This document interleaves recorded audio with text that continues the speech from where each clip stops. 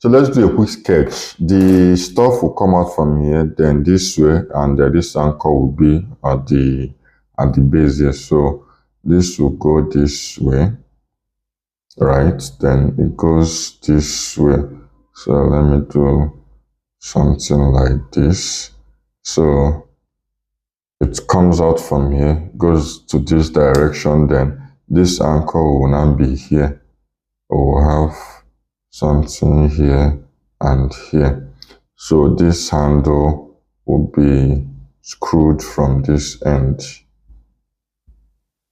Yes, so this is the handle that you will use to tighten. So this is what we are designing. Then over here we will have the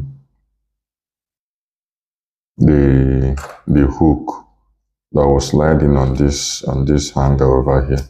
That would be this way. To slide in this way. So from here to here is 14.6.